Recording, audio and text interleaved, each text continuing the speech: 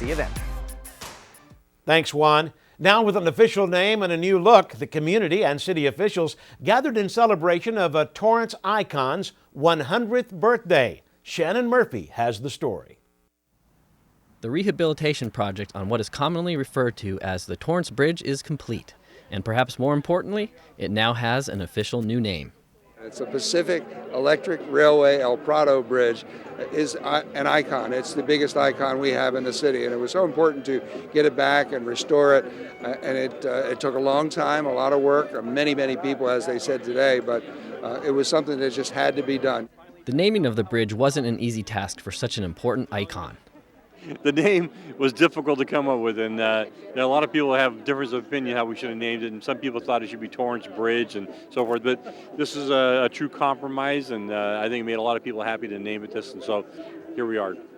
As the bridge turns 100 this year, the new name comes from its rich history here in Torrance. The name of the bridge comes from the original company that built the bridge, the Pacific Electric Railway Company, and before Torrance Boulevard was actually Torrance Boulevard, it was called El Prado.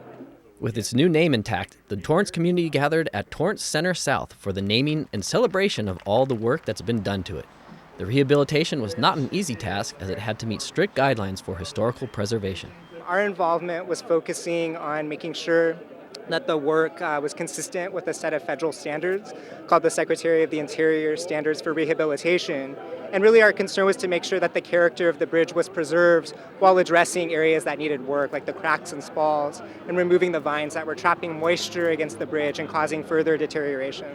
While some miss the look of the vines, they are quite pleased with the outcome of the project. It looks very nice. I do miss the ivy a little bit.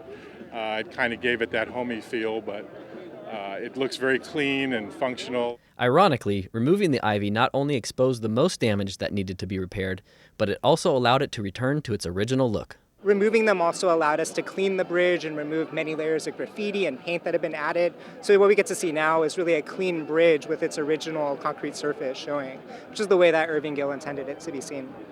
A new name, a new look, a perfect fitting for the gateway to Torrance. I just want to say that bridges connect places, they connect people, and this is a historical structure, and I'm really glad to see it being rehabilitated and kind of bringing the community together. For This Week in Torrance, I'm Shannon Murphy.